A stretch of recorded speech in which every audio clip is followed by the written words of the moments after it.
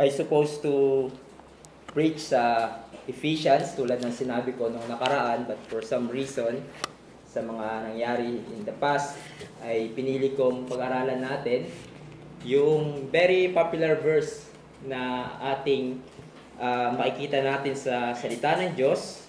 Ito ay walang iba kundi ang Romans 8:28. And some of you maybe memorize itong verse na ito, but let me read sa Romans 8:28. It says, "And we know that for those who love God, all things work together for good, for those who are called according to His purpose." Tayo ay manalangin at tumingi ng tulong sa Panginoon. O aming dakilang Diyos, nagpapasalamat po kami sa pagkakataon muli na ipinagkaloob niyo po sa amin na muli naming maririnig ang tinig ng aming Panginoong Yesus. Salamat, Panginoon, sa kalayaan na mapangaral ang inyong salita sa lugar na ito. Salamat sa kalayaan na meron kami na makapakinig pa din ng inyong mga salita. Tulungan niyo po kami, Panginoon, dahil kilala namin ang aming mga sarili. Kami ay may hina. Kami ay mga taong full of limitations sa aming isip, sa aming pisikal na pangangatawan. Kaya maging mabiyaya ka, O Diyos, sa aming pag-aaral ng inyong mga salita. Tulungan niyo din po ang inyong lingkod na sa kanyang kahinaan ay patuloy niyo po siyang bigyan ng kalakasan. Ilayo niyo po kami sa anumang kamalian. Bagkos, turo niyo po sa amin ang inyong katotohanan at patuloy namin itong panghawakan. Tulad ng aming inawit, until we die, that we will hold fast to the truth. In Christ's name, Amen. This verse set before us ay naging comfort and encouragement para sa mga mananampalataya, lalo na sa panahon na sila ay dumaranas ng matinding pagsubok o hardship sa buhay. Dahil itong verse na ito is as one writer says, it promises that nothing will touch our lives that is not under the control and direction of our loving Heavenly Father. Everything we do and say, everything people do to us or say about us, every experience we will ever have, all are sovereignly used by God for our good. Lahat ng nangyayari sa ating buhay bilang mga believers ay nasa ilalim ng pagkokontrol ng Diyos na nangangalaga sa atin at kinikilos niya ang lahat ng ito para sa ating ikabubuti. Ito ay pangako na ang lahat ng nangyayari sa ating buhay ay kinikilos ng Diyos para sa ating kabutihan. Now remember the context ng ating verse. Si Pablo in chapter 3 to 8 ng Romans ay pinapakita niya ang dakilang katotohanan patungkol sa kaligtasan. Na ang kaligtasan natin ay sa biyaya lamang ng Diyos. Ang pagpapawalang sala natin ay sa pamamagitan ng grace through faith in the Lord Jesus Christ alone.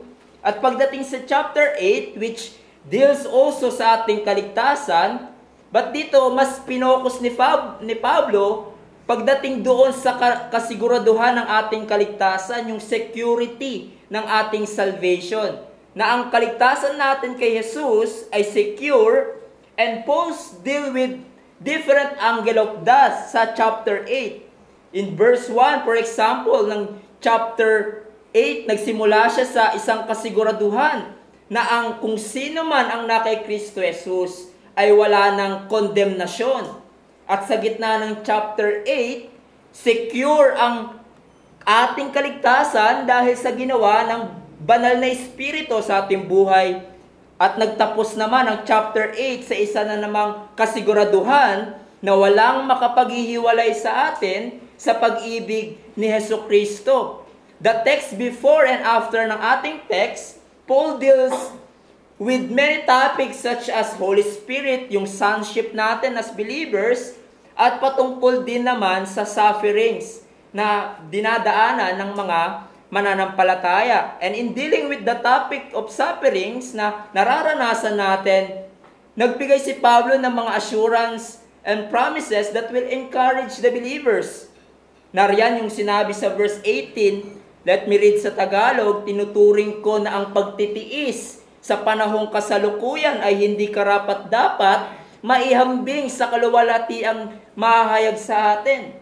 Here Paul gives the assurance na kung maunawaan natin ang ating makakamtan sa kaluwalhatian, yung lahat ng paghihirap natin dito sa mundo will seem as nothing. In verse 26, Paul gives another assurance and promises na sa ating kahinaan ay hindi tayo pinabayaan ng Diyos bagkos nandyan ang banal na Espiritu to help us. Sinabi sa Tagalog, gayon din naman, ang Espiritu ay tumutulong sa ating kahinaan sapagkat hindi tayo marunong manalangin ng nararapat. Ngunit ang Espiritu mismo ang nagmamagitan na may daing na hindi maipahayag. But then Paul goes on sa pagbibigay ng assurance and promise pagdating sa paghihirap na dinaranas natin na matatagpuan natin sa ating text. Here Paul gives a promise and assurance sa pagharap ng mga believers sa iba't ibang sufferings o nangyayari sa kanilang buhay. And let me read it again.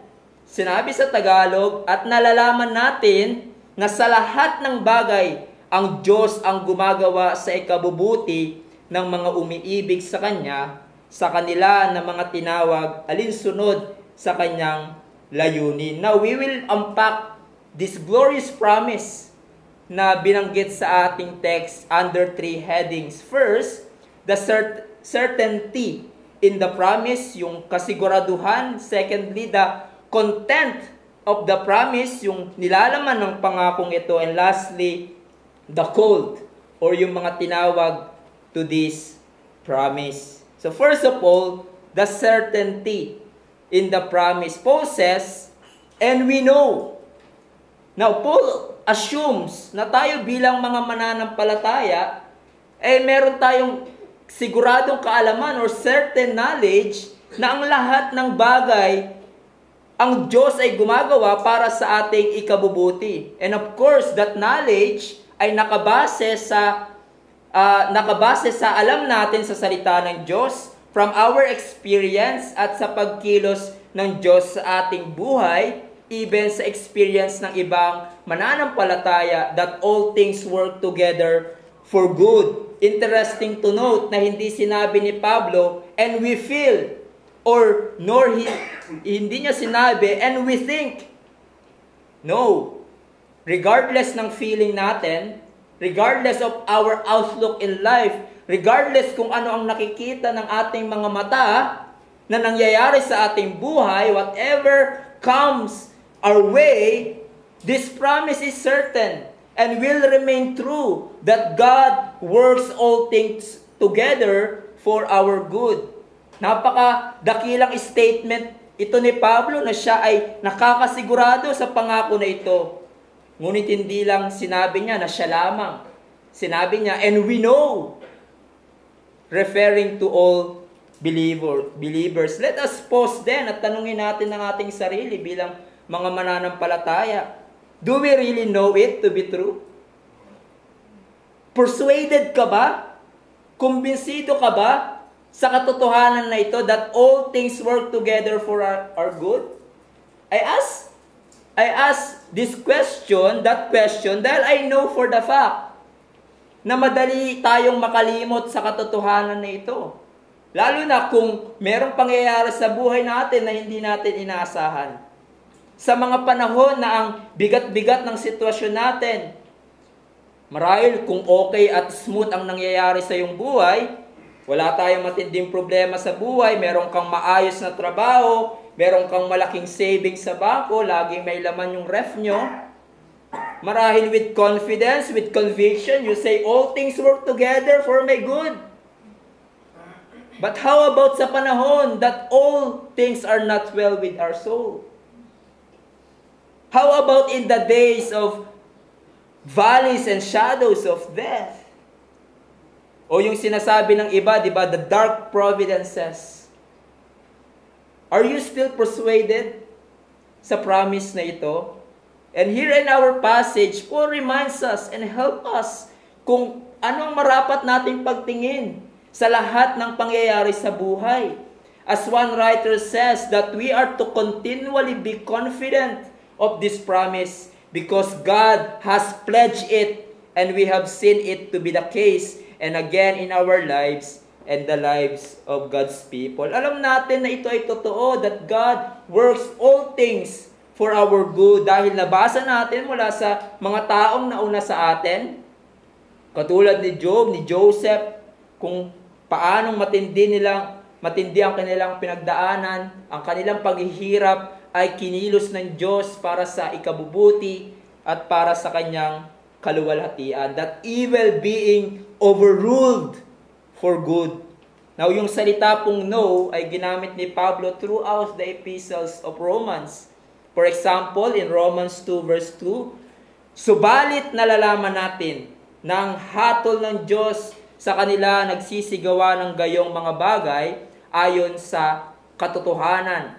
In Romans 3:19, at ngayon ay nalalaman natin, we know, na ang anumang sinasabi ng kautusan, ito ay sinasabi sa mga nasa ilalim ng kautusan upang matahimik ang bawat bibig. In Romans 8:22, sapagkat nalalaman natin and we know na ang buong sangnilikha ay sama-samang dumaraing at naghihirap sa pagdaramdam hanggang ngayon. In other words, kung sigurado tayo na mayroong hatol ang Diyos sa makasalanan tulad ng sinabi sa Romans 2, kung sigurado tayo na mayroong hatol ang Diyos sa kasalanan, sigurado tayo na anumang sinasabi ng batas ng Diyos ay para ikondina ang makasalanan at sila ay mapasailalim ng hatol ng Diyos. Kung sigurado tayo na ang buong creation ay dumadaing din at naghihirap dahil sa sumpa ng kasalanan, sigurado din tayo at marapat na patuloy na panghawakan natin na ang lahat ng bagay ay kinikilos ng Diyos para sa ating ikabubuti. This knowledge tulad ng sinabi ng isang manunulat, is the pillow upon which the child of God rests his head, giving perfect peace. Dahil ang katotohanan na ito ay nagpapakita sa atin, as we shall see, ng pagiging sovereign ng Panginoon. Na ang ating Panginoon who takes care of all things is in control. If we really know this, if we have a settled conviction that God works all things together for good, it gives us a comfort, it gives us hope, it gives us strength to whatever God allows us to experience in this life. Lalo na sa mga matitinding pagsubok sa buhay. It also grants us joy. Why? Because this promise is ours. If you are in Christ, this promise is yours. It belongs to you. It belongs to me. This is the knowledge that we need not to forget. This is the knowledge that will help us in times of difficulty. And this is the knowledge, as one writer puts it, an anchor for our soul when the storms of life hit us. That leads us then sa second heading, the content of the promise. Paul says, and we know, that, ito ay conjunction, papakita sa atin ni Pablo ang nilalaman ng ating nalalaman, and that, we know that for those who love God, all things work together for good. And here, Paul ay pinapakita sa atin, without exemption, lahat ng nangyayari, whether masama o mabuti, ay kinikilos ng Diyos para sa ating benepisyo. God turns those things and events ultimately into blessings. Take note, the word all. Hindi sinabi ni Pablo lahat ng ating pagdurusa. Hindi sinabi ni Pablo lahat ng ating kapighatian or lahat ng mabuting bagay lamang. Bagkus ang sinabi niya, all things. In other words, nasasaklaw nito ang lahat-lahat, maging mabuti man o hindi mabuti o hindi maganda. Sa salitang all, it includes yung sinabi ni Pablo sa verse 35. Ano yung mga yon? Tribulation, distress, persecution, famine, nakedness, danger, or sore. Sa salitang all, it includes good and bad, bright and dark, sweet and bitter, easy and hard, happy and sad, prosperity and poverty, health and sickness, calm and storm, comfort and suffering, and life and death. Now, it is also important to know na hindi sinabi ni Pablo na lahat ng bagay o pangyayari ay mabuti. This is not the case. Dahil alam natin, halimbawa, yung kamatayan, hindi naman yun maganda o mabuti, or yung murder is not good, abortion is not good. And so we need to be careful, we need to be sensitive, lalo na sa pag-apply natin nito, we need to be sensitive sa paggamit ng verse na ito, lalo na sa mga taong dumaranas ng matotoong pain. Dahil sa hindi magandang nangyari sa kanilang buhay. Halimbawa, meron kang kakilala, diba, namatayan, tapos ang bungad mong sasabihin, huwag kang malungkot, yung nangyari sa'yo, merong mabuting nangyayari dyan. You are unsympathetically quoting this verse para sa iba. Yes, it's true that all things, kahit na yung hindi magandang nangyayari sa ating buhay, ay kinikilos ng Diyos sa ating ikabubuti. But, totoo din yung sinasabi ng Bible na dumaranas ng kapighatian ng iba, we are to weep with those who weep. We are to sympathize to them at hindi natin inaalis yung realidad na totoo yung pain na kanilang nararanasan. And so, dinadamayan natin sila sa kanilang pinagdadaanan. Hindi yung sasabihin natin, huwag kang malungkot, huwag kang umiyak. Kinikilos yan ng Diyos para sa iyong ikabubuti. We need to be sensitive and careful quoting this verse, especially those who are in times of grief. Lalo na, siguro kung unbeliever yung kausap natin. But, it is a great encouragement, lalo na kung kilala natin ang Diyos bilang may soberanya sa lahat ng bagay. Yung salitang work together, synergeo in the Greek, kung saan nakuha natin yung salitang synergy or synergism, it means to harmonize, to cooperate, it means to bring all things together for a common goal or purpose. To give you an illustration, kasi nung Friday, habang nag-iisip ako, nag-uusap yung mga matatanda about juicing. So, halimbawa, medyo may kababawan ito, but just to give you an illustration. Halimbawa, meron kang sakit. 'Di ba? Yung asawa mo, alam niya, ito yung mga klaseng mga gulay na kapag pinagsama-sama niya at i-ginuising niya, siguradong gagaling ka.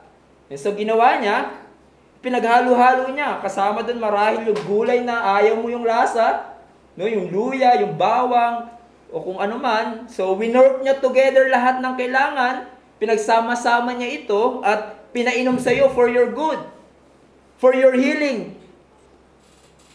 Though minsan hindi mo gusto yung lasa.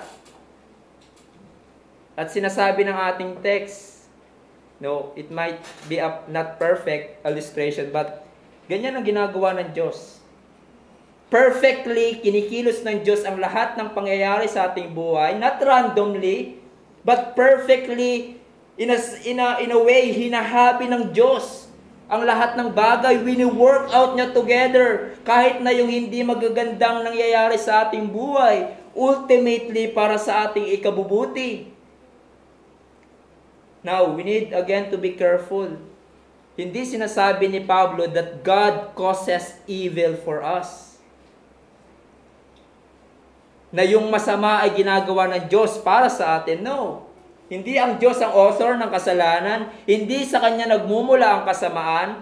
But sinasabi sa ating text that even ang bad, even ang evil ay kinikilos ng Diyos para sa ating ikabubuti.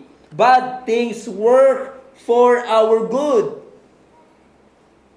And again, we need to be careful din tayo, maging maingat din tayo na tawagin nating evil yung good. At tawagin nating good yung evil. That is not to say na tawagin natin mabuti ang evil or the evil ay tawagin nating good. This is not to say that bad things are good dahil masama ay masama. Sin is sin. Evil is evil. But kinikilos ng Diyos para sa ating ikabubuti. Marahil masama ang nangyayari. But sa likod noon, ito ay pinangyayari ng Diyos para sa ikabubuti ng kanyang anak. And that is so marvelous dahil nagpapakita ito sa atin the absolute sovereignty ng Diyos. That He is truly in control of all things. Hindi mahina ang Diyos.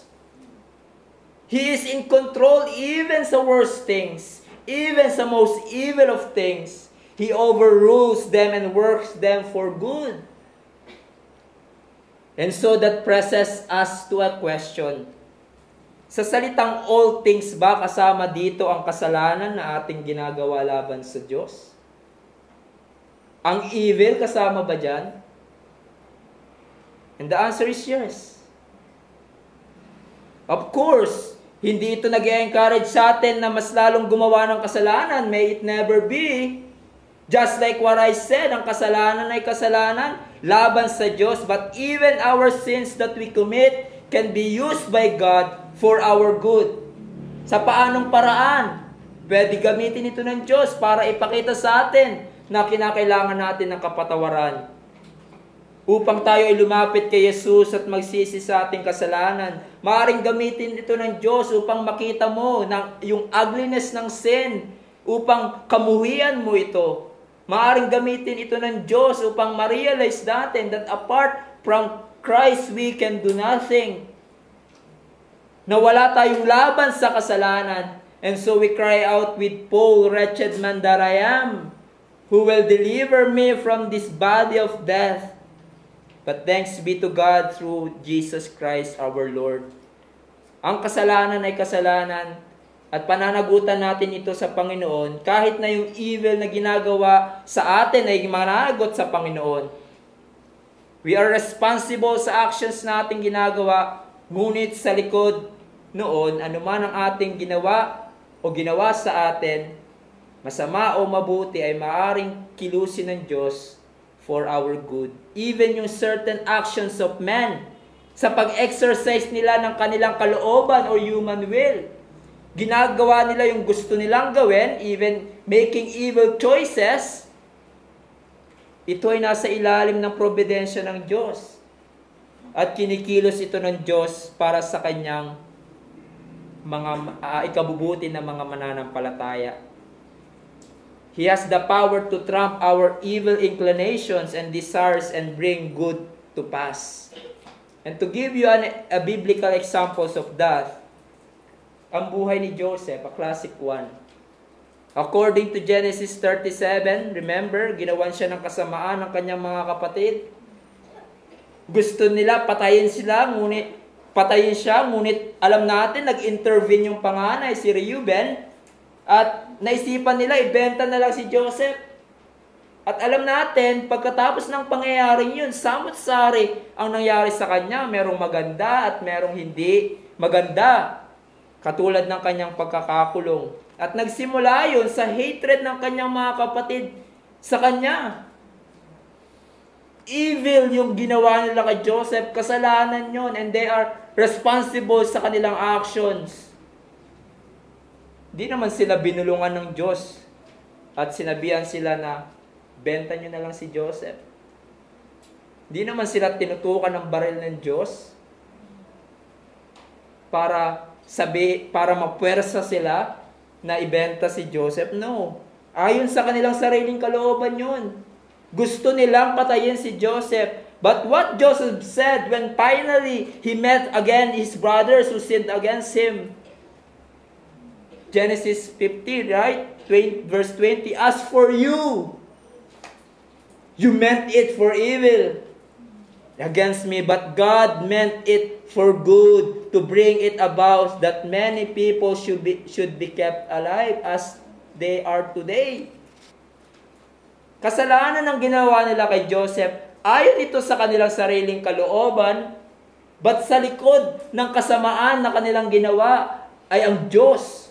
Kinilos ito para sa mabuti, that many people should be kept alive, para ma-preserve ang lahi ng Israel. God overruled the evil intentions and used it to bring good to pass. Another example ay ang life ni Job. Masama ang nangyari kay Job. He lost his possessions, he lost his children, he lost his health. Satan harassed him. Ngunit sa kabila ng lahat ng iyon ay ang pagkilos ng Diyos to bring good to pass sa buhay ni Job, para sa ikatitibay ng kanyang pagtitiwala sa Kanya at para makamtan niya ang pagpapala na inanda ng Diyos sa kanyang pag-persevere sa trials. Another example ay yung sinabi ni Peter in Acts 2, verse 22. It says sa Tagalog, kayong mga Israelita, pakinggan ninyo ang mga salitang ito. Si Jesus na taga Nazareth, isang lalaking pinatunayan ng Diyos sa inyo sa pamamagitan ng kanyang mga gawang makapangyarihan, mga kababalaghan at mga tanda na ginawa ng Diyos para sa pamamagitan niya sa gitna ninyo, gaya ng nalalaman ninyo. Siya na ibinigay sa takdang pasya at paunahang kaalaman o definite knowledge, paunahang kaalaman ng Diyos ay inyong ipinako sa krus at pinatay sa pamamagitan ng kamay ng mga makasalanan.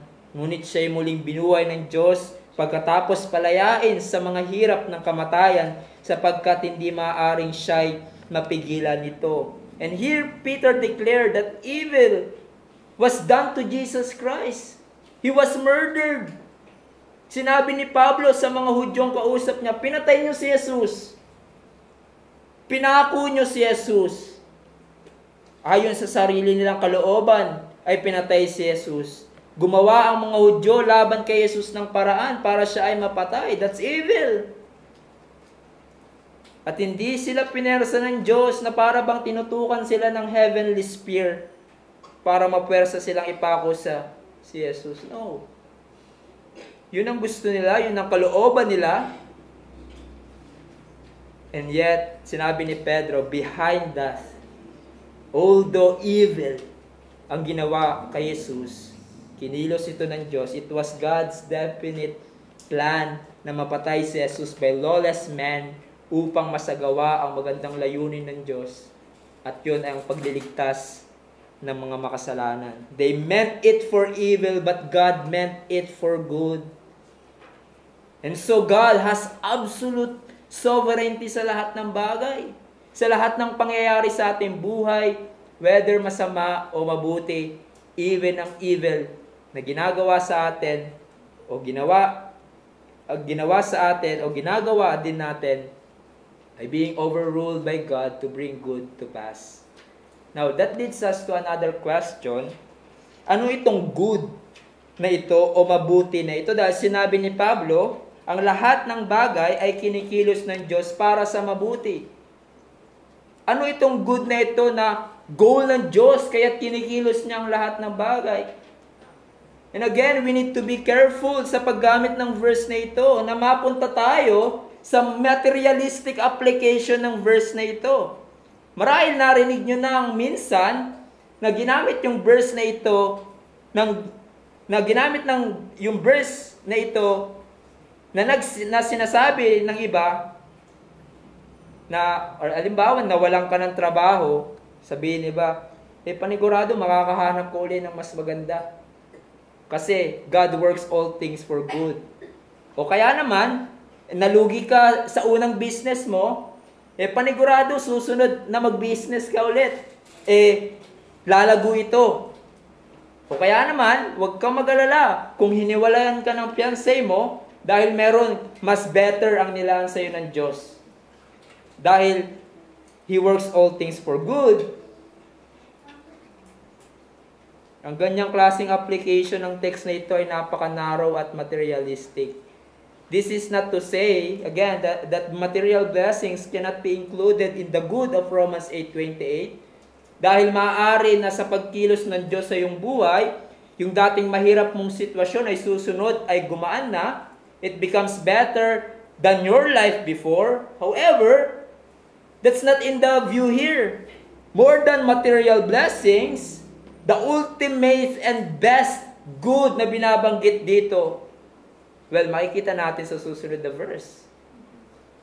Sinabi sa verse 29, for those whom He foreknew, He also predestined to be conformed to the image of His Son.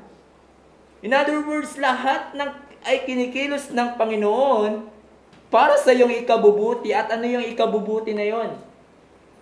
Ang maging katulad ng ating Panginoong Yesus. This is the greatest good that God could do sa kanyang mga anak sa buhay na ito, that you become like Christ. And that God is glorified in your life when you live as Christ did. That you live in holiness, that you will walk in humility, in compassion, in Christ-likeness. This is the ultimate good na nais ng Diyos sa ating buhay. At kinikilos ito ng Diyos.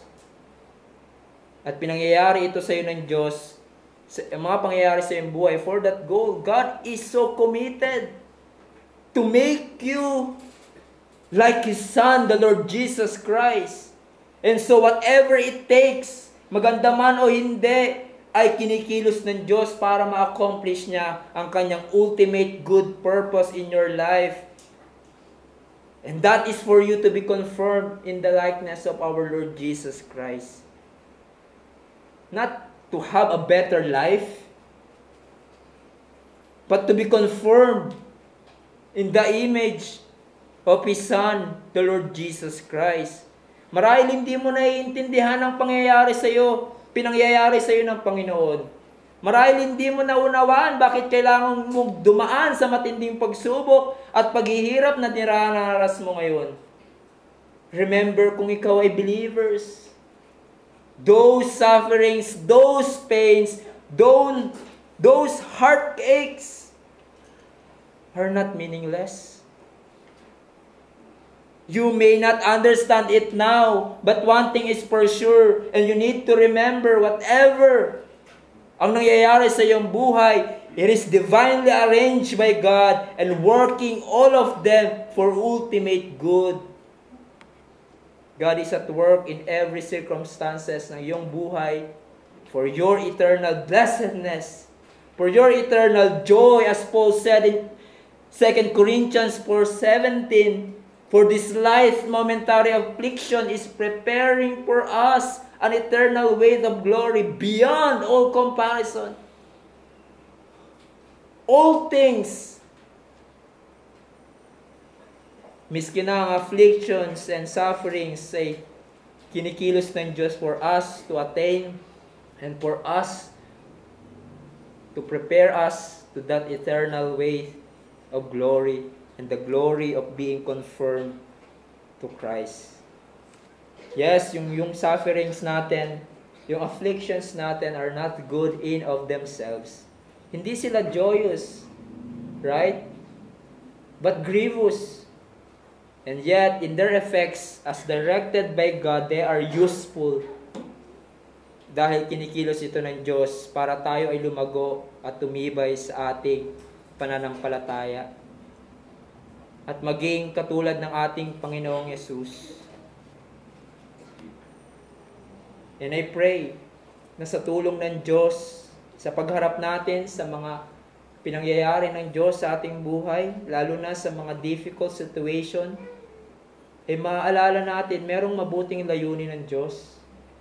Bakit ko ito nararanasan? At masabi mo ang katulad ng sinabi ni Job, though you slay me, I will trust you. Or like what the hymn says, whatever my God ordains is right,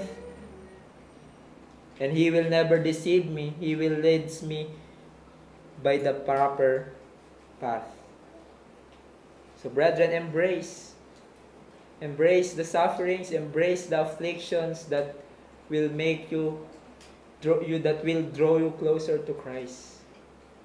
That will make you more like Christ.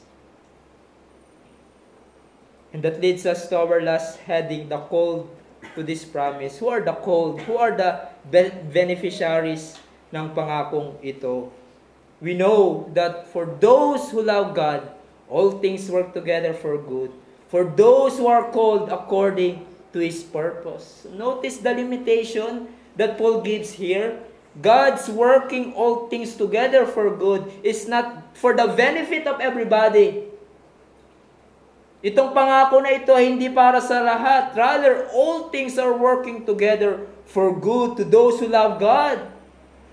To those who are called according to His purpose.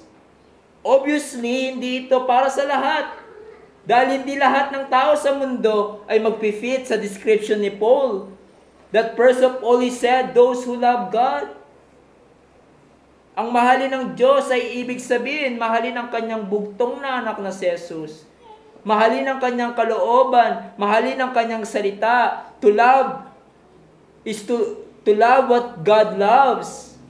But napakaraming tao ang hindi nagmamahal kay Jesus. At nananatiling tumatanggi sa kalooban ng Diyos at patuloy na nagre-rebelde sa Kanya. But only true believers can love God because He first loved us. He saved us from sin by His grace through Jesus Christ and by the working of the Holy Spirit in our lives. We love God more and more. And so this promise ay para sa mga nagmamahal sa Diyos. Para sa mga believers. For the people who by grace of God have been born again, repented of their sins and trust in Christ alone. But dinagdag ni Pablo, for those who are called according to His purpose. In other words, ito yung napakadakilang katotohanan about sa pagpili ng Diyos. Ito yung mga tao na sa biyaya ng Diyos ay hinirang bago pa malikha ang sanlibutang ito. Mga taong sinet ng Diyos ang kanyang pag-ibig bago pa ang sanlibutang ito. At sa takdang panahon ay naligtas through the work of Christ. And in time ay tinawag niya para marinig ang ebanghelyo ni Jesus at sila ay manampalataya. Verse 30 said, those whom He predestined, He also called. And those whom He also called, He also justified. And those whom He justified, He also glorified. So ito ay mga taong sovereignly tinawag ng Diyos sa kaligtasan. Sovereignly pinili ng Diyos para marinig nila ang gospel at mabisang tinawag ng Diyos sa kaligtasan upang sila ay tumugon ng may pagsisisi at pananampalataya. In other words, those who are called according to His purpose ay mga tao, believers, those who are chosen by God, adopted into God's family, redeemed by the works of Christ, regenerated by the Spirit, repented of their sins, and trusted Christ for their salvation. These people who are loved by God, hindi dahil sa merong nakitang kaibig-ibig sa kanila, bagkos tanging sa biyaya lamang ng Panginoon kung bakit sila naligtas. Ito ang mga tao kung saan kinikilos ng Diyos ang lahat ng bagay para sa kanilang ikabubuti. So mga kapatid, just to conclude this, those who love God, all things work together for good. For those who are called according to His purpose, should first of all, bilang mga mananampalataya, it should lead us to exceedingly rejoice. Dahil anong mang nangyayari sa ating buhay ay kinikilos ng Diyos, hindi para sa iyong ikasasama, kundi para sa iyong kabutihan. Ang nilalaman ng pangakong ito ay marapat na magtulak sa atin na magalak. Dahil miski na yung mga hindi magandang nangyayari sa ating buhay, God uses them overrules them to bring the good to pass. Whatever is happening in our lives, come what may, God is committed to use all of it, working all of it for our ultimate good. But also this promise should cause us to be encouraged and persevere, especially in all the hardships of our life that we will experience. Remember mga kapatid, though merong pagkakataon sa buhay natin na parang ang hirap ng nangyayari, na parang nasasakluban tayo ng kadiliman. To use the language of the Puritan, it seems God is behind our dark clouds, in our dark providences. God is behind our dark clouds, our dark providences, always working for our good. God always has our best in view if you are in Christ. And so remember this verse, brethren, hindi lang sa good times, but most especially in bad times. In times where it seems everything is falling apart, God works in my trials. God works in my sufferings. God works in my pains. He works everything for my good, for me to be conformed to His Son. Be patient, especially in trials. Don't murmur against God. Don't complain sa providensya ng Diyos as if hindi niya alam ang kanyang ginagawa. But trust His providence. Trust whatever He ordains, for it is always right. Trust His providence, for it comes from your Heavenly Father who knows you, who takes care of you, who always looking for you and doing everything for your good. But then, my friends, kung kayo ay patuloy na hindi nagtitiwala kay Jesus, itong pangako na ito ay hindi para sa inyo. In fact, with a heavy heart, I say this, yung kabaliktaran ng pangako na ito ay totoo sa iyong buhay.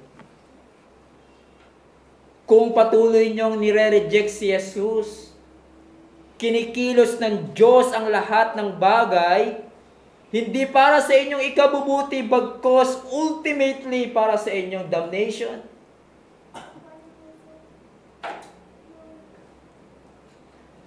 Kung patuloy kayo sa inyong unbelief, sa inyong kawalan ng pagtitiwala kay Jesus, with a heavy heart, I say this, everything is working for your damnation. Doon nararanasan mo ang grace ng Panginoon sa buhay na ito. You enjoy life. You receive blessings from God in this life. Ngunit napapatuloy ka pa ding hindi nagtitiwala kay Jesus.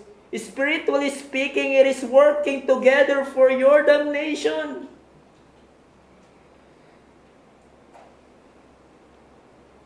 One writer says, every blessing that goes unthanked, unacknowledged, unappreciated by the unbelievers will end up as a tragedy for the ungrateful one. Nag-iimpok ka ng puot sa araw ng paghahatol. Kung wala kang pagpapasalamat sa kabutihan ng Diyos at patuloy mong pinapatigas ang iyong puso sa panawagan ng Ebanghelyo, the highest good na pinapakita sa iyo ng Panginoon at palagi mo itong naririnig, that is the salvation through Christ. The opposite of this promise ay totoo sa iyo. God works all things against you for your ill and ultimately for your damnation in hell. What a terrible condition, my friends. But ngayon ay pinagkakalooban ka ng Diyos ng pagkakataon na lumapit kay Jesus at manampalataya sa Kanya upang hindi ka mapahamak. Bagkus magkaroon ng buhay na walang hanggan. He's calling you to come to Christ. Si Jesus na napako doon sa krus ng Kalbaryo upang tanggapin ang parusa at puot ng Diyos. Si Jesus who died and rose again from the dead upang execute ang ating kaligtasan ng mga taong nagtitiwala sa Kanya. Si Jesus na napako doon sa krus upang tanggapin ang puot ng Diyos na para sa atin. My friends, stop rebelling against God. Stop rejecting the offer of salvation through Christ. Bagkus lumapit ka kay Jesus nang may pananampalataya. Cry out to God. Cry out to God for mercy. Cry out to God for forgiveness. Say with the tax collector, I am a sinner. Lord, have mercy. Mabag ka sa akin, Panginoon, isang makasalanan.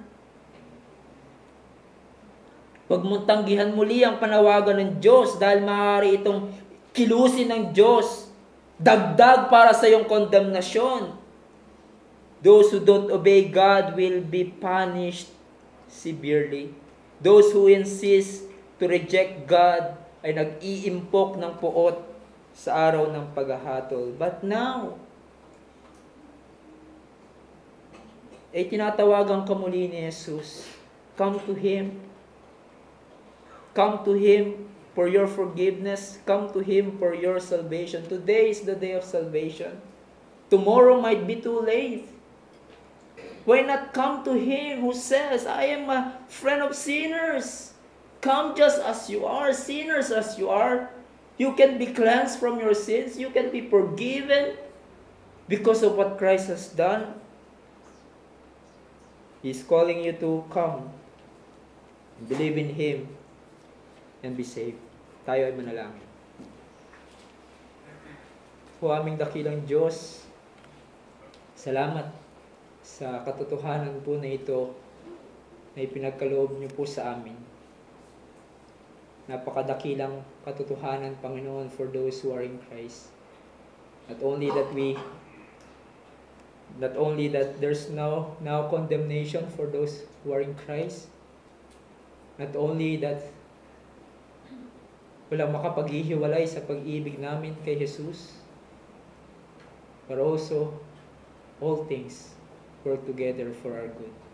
Salamat po for this glorious promise. In Jesus' name, Amen.